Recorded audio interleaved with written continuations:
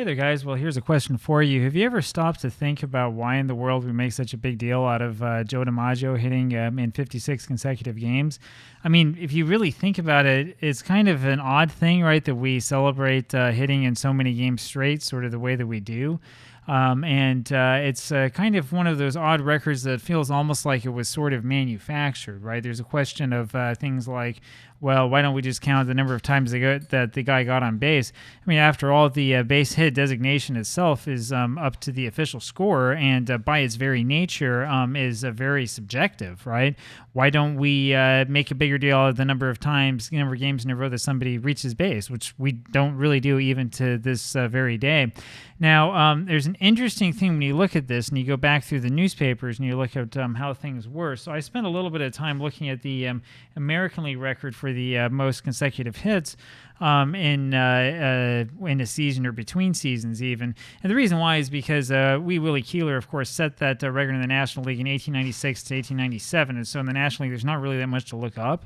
Right, we could theoretically look at this record and where he beat out Bill Dahlin, though I would be willing to bet that there probably wasn't much said about this because he did that in 1897, and that people probably weren't paying that much attention to what was happening between two seasons in those days. But maybe I'm wrong. Maybe you'll be able to find something.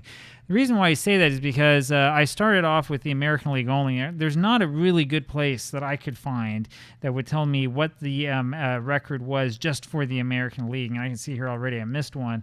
I started off here with Napoleon LaJoie, who in 1906 had 31 straight games. I just realized here as I was looking at this that we missed out on a Hal Chase, who had 33 straight games in 1907. Anyway, we'll see what we can figure out here as we look through the papers.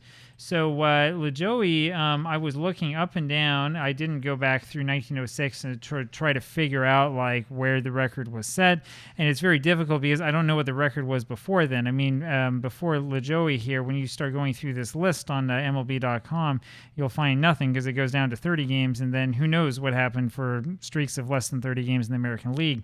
I mean, I assume that people kept track, right? But, I mean, I don't know where the information is. Kind of hard to tell. LaJoie here, though, I couldn't find anything in the newspapers anywhere in the country. I'm doing a search for LaJoie and consecutive, things like that. The closest I could come was this article about the struggle for batting supremacy between George Stone of the St. Louis Browns and Napoleon LaJoie of the Cleveland Naps at the time. And there's no mention made here at all about the consecutive game record. In fact, I couldn't find mention anywhere of the consecutive game record that LaJoie had anywhere. And I know that that's what the record was, right? It even will tell you here that LaJoie's record was no hits in 31 games, 1 in 59, 2 in 42, 3 in 18, and 4 in 2.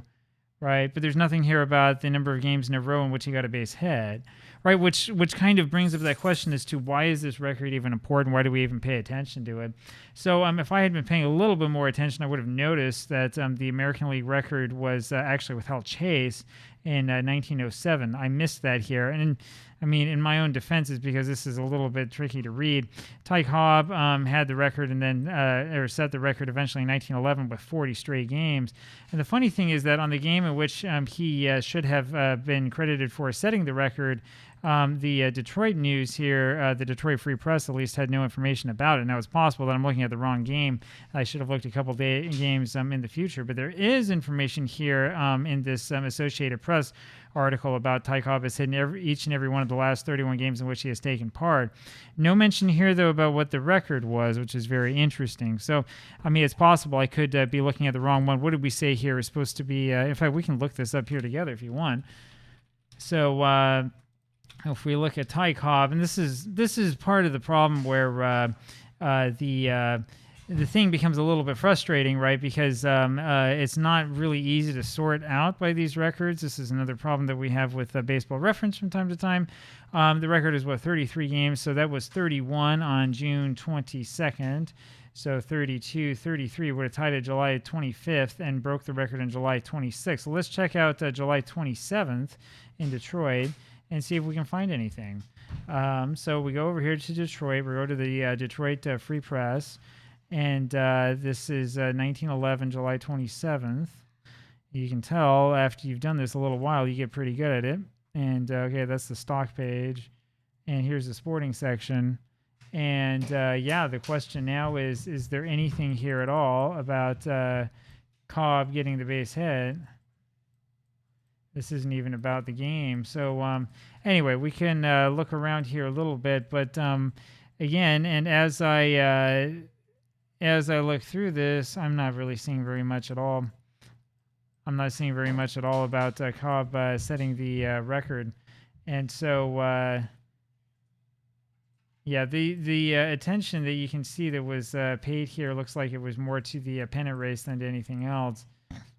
So there you have it. I mean, it's not to say that records were not made, and I'm pretty sure that if we go back and we do a search, in fact, we can do a search for Cobb on July 27, 1911. We could look here at the first page just to make sure we didn't miss anything. And no, we didn't. And so we can go back here and take a look at that really quick. And 7/27/1911, and we're not going to, right, because that was the game of the 26th, right? We're not going to limit this to anything. And yes, Ty Cobb's the greatest looking player, crowding Cobb for batting. Right, I'm not seeing very much about the hitting streak, right? Friends fear Ty Cobb will suffer breakdown, which is interesting. I mean, we could take a quick look over here, but that's not going to tell you much. It's actually from a magazine part of that newspaper from Fresno.